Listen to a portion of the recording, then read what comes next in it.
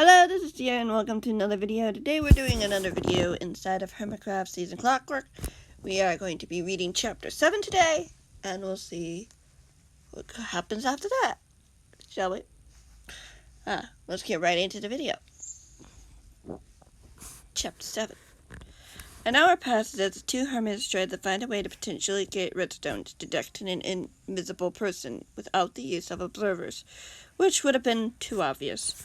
Impulse wanted something that was invisible until it needed to reveal the intruder, if there was one. So far there wasn't much luck, but Tango knew that his friend wasn't going to necessarily give up that easily, especially since a breakthrough like this could help them immensely if the man so returned, or one of Mr. A's men used this trick in the future. Tango stepped back from what he was doing, watching his friend adjust the contraption he was working on when he heard something in the hallway as he turned, hearing them approach. They weren't casual either, but quite quick as he heard a door slam open from... What? Where did you get that idea? I don't know.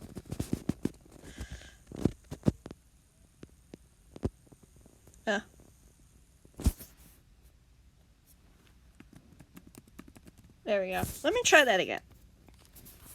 Tango stepped back from what he was doing, watching his friend adjust a contraption he was working on when he heard something in the hallway. As he turned, hearing footsteps approach. They weren't casual either, but quite quick as he heard a door slam open from downstairs.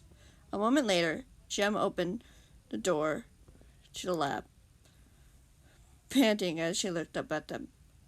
"He's here," Jem said quickly. "Who?" Tango asked nervously. "They found beat-ups. She tried, but he didn't give her time to finish as he ran out of the room and down the hallway, hearing the familiar groan of pain from below.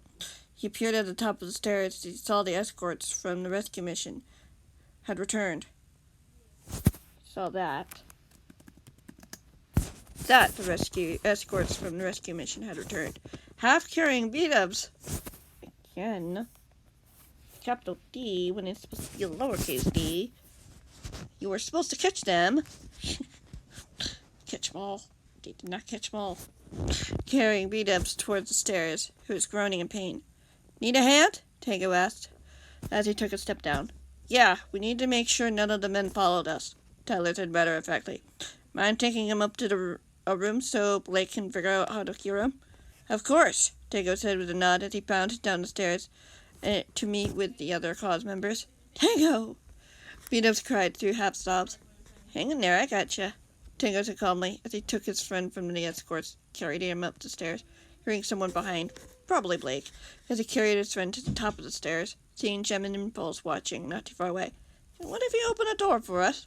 "On it," Impulse said quickly, as he leapt into action, running to his spare bedroom as he opened the door. Rushing inside as Tango followed him, he watched as his friend pulled back the covers as he placed beat-ups on the bed. "It hurts," beat-ups pleaded, Tango seeing tears running down his friend's face. "I have something that might help, but I'm afraid I can't give you any healing and all that for the moment," Blake told him apologetically as Tango took a step back, watching the man take something out of his pocket. Wet cloth, what looked to be water, in weakness. "It's okay," beat-ups said with a pained smile. "What did they do to you?" Tango whispered to his friend as their eyes met. "Nothing good. They gave him a stronger version of the redstone detectors," Blake reported, without turning to look at him as he dabbed the few rain veins that were crawling down his friend's arms and legs, even some on his face. His face was pale white, weakened even more by the potion. "Tango," Beat-ups begged quietly as the hermit came closer, careful not to get in the way of the escort as he grabbed his friend's hand, holding it tight. "Right here. You're going to be okay," he whispered calmly. Though he could hear his heart racing in his ears, he wondered if anyone else in the room could hear it. They did. They didn't say it so. "I just wanted to stop," Beat-ups whimpered quietly. "I know. I wanted to stop too. We all do," Tango said with a sad smile. "Got this." Beat-ups nodded as he squeezed his friend's hand. Tango watched as Blake continued work on the veins as they slowly disappeared before they were gone, hearing his friend groan in pain again. I needed you one more thing, then it should go away. Blake told the hermit gently. Hang in there. I'm hanging with all I've got, Peter said with pain gasped as the escort found another spot, for the young man took out a redstone torch and panned it over the hermit's body, going over any spot he missed. I might need you to go onto your side, Blake said with a frown. Beatles groaned again as he nodded, slowly rolled over so that his back was facing them as the escort scanned the torch over, catching any missing spots until the torch was finally solid red. Did you do it? Beatles finally asked as Blake gently pulled him back to lying on his back as the man took out a bucket of milk. Do you feel anything? Blake asked him calmly. No, Beatles replied, his tone sounding of relief. I don't feel any pain anymore. Good. The man smiled as he gently lifted the YouTuber's head as Beatles drank the milk, sighing relief as his friend's eyes grew heavy. Tango? Beatles asked drowsily as he turned his head one more time to see his friend. Yeah? Tango asked. Didn't hurt you, did he? His friend asked slowly. Tried to, but he hasn't defeated me yet, Tango said with a wide grin. Especially not when I have my friends here, Beatles replied with a smile before faded. Will he come back? I won't let him hurt you, if he tries, Tango said matter-of-factly. Neither will we, Impulse added, having been watching in the corner of the room with Gem the entire time. Beatles smiled again as he yawned. I'll see you in the morning, then. Great. Get some sleep, Blake said reassuringly. You need it. Finally, his friend said, and smiled still on his face as he closed his eyes, falling asleep as Tango stepped back, looking over at the escort. He'll be okay? Tango asked him. He should be. The man nodded. I shouldn't have missed any of it. I wish I could have relieved him of some of that pain earlier, but it's pretty tight. They weren't so willing to let him go, let me tell you. Tango chuckled nervously. What about the men's plans? I don't know, Blake said with a frown. I'll look into it, though. You three can handle it from here? Yeah, I think so, Gem said confidently. Good, the escort said with a nod as he headed for the door. Tango watched him disappear as he turned to his friends, unable to take the smile off his face. I could take the first watch for a few hours, Tango replied matter-of-factly. Gem, you could help Impulse with something we're working on if you want for now. Oh, really? She said with excitement before chuckling. I'm not that great when it comes to redstone. That's fine, Impulse replied. I do need to have a willing volunteer, though. It's not dangerous, is it? She said worryingly at the duo near the door. Not at all, Impulse laughed as they exited the door. Make sure to leave it open a crack, Tango called out, seeing his friend hand on the handle. Just in case.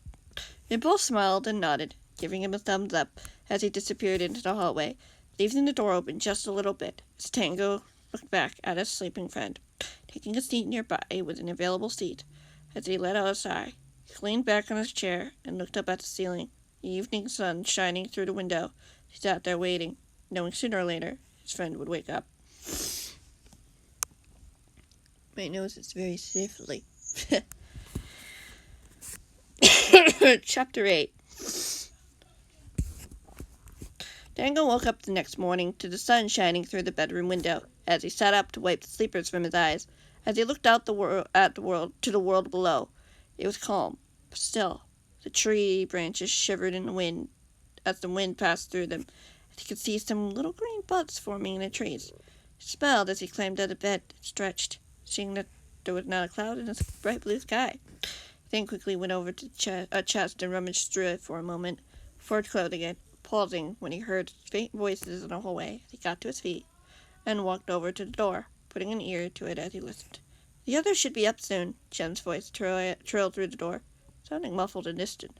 Hopefully, because I need to get to the bottom of this sooner rather than later, Liam's voice replied. Right, Jem agreed. As the door opened and closed, Tango hesitated for a moment, wondering what was going on. Why would Liam want to speak with them? Was it about the man who had attacked him in Impulse the day before? Or was it something else entirely? Why had the boy sounded nervous? He swallowed as he pushed the questions aside. He was probably overthinking this anyway. He pulled away from the door, and put his hand on the handle as he turned it, opening it as he stepped out into the hallway, glancing around, seeing neither Jem or the boy as he began walking down the silent hallway before a door opened. "Tango, there you are," Jem said excitedly, as her head poked out. "Good morning, right away." "Morning," Tango chuckled. "Something tells me that someone wants to talk to me." "Yeah," she nodded, looking away from him. "Liam just came back from his mission and heard about the attack. He wants to know if it's any way connected." "Where is he?" Tango asked. "In B-Dubs' room. And helping with the shifts," she said with a smile. Tango nodded, thanking his friend as he went over to the guest room, where B-Dubs resided, as he neared the door, pausing before he knocked. "Come in!" Liam's voice called out as Tango opened the door, stepping inside as the boy stood up. "I hear you wanted to speak with me about something?" Tango asked calmly, looking over to see his friend was still sleeping peacefully. "I did," Liam nodded. "There have been quite a few attacks that have been related to a select few of Mr. A's men, one of them being described with a man in a cloak, or similar attire." Tango swallowed again and nodded as he spotted a chair nearby, walking over to sit down. "Yeah, there was certainly a similarity there, but the man told us that he was only there because the cause had gone for to help B-Dubs." "Nothing else?" Liam asked, raising an eyebrow. "He wanted to hurt us, that's for sure," Tango admitted. "Consequences." The boy replied with a nod. "Did you happen to see the man's face?" "We did," Tango said slowly, making eye contact with the boy. "What did he look like?" Liam asked.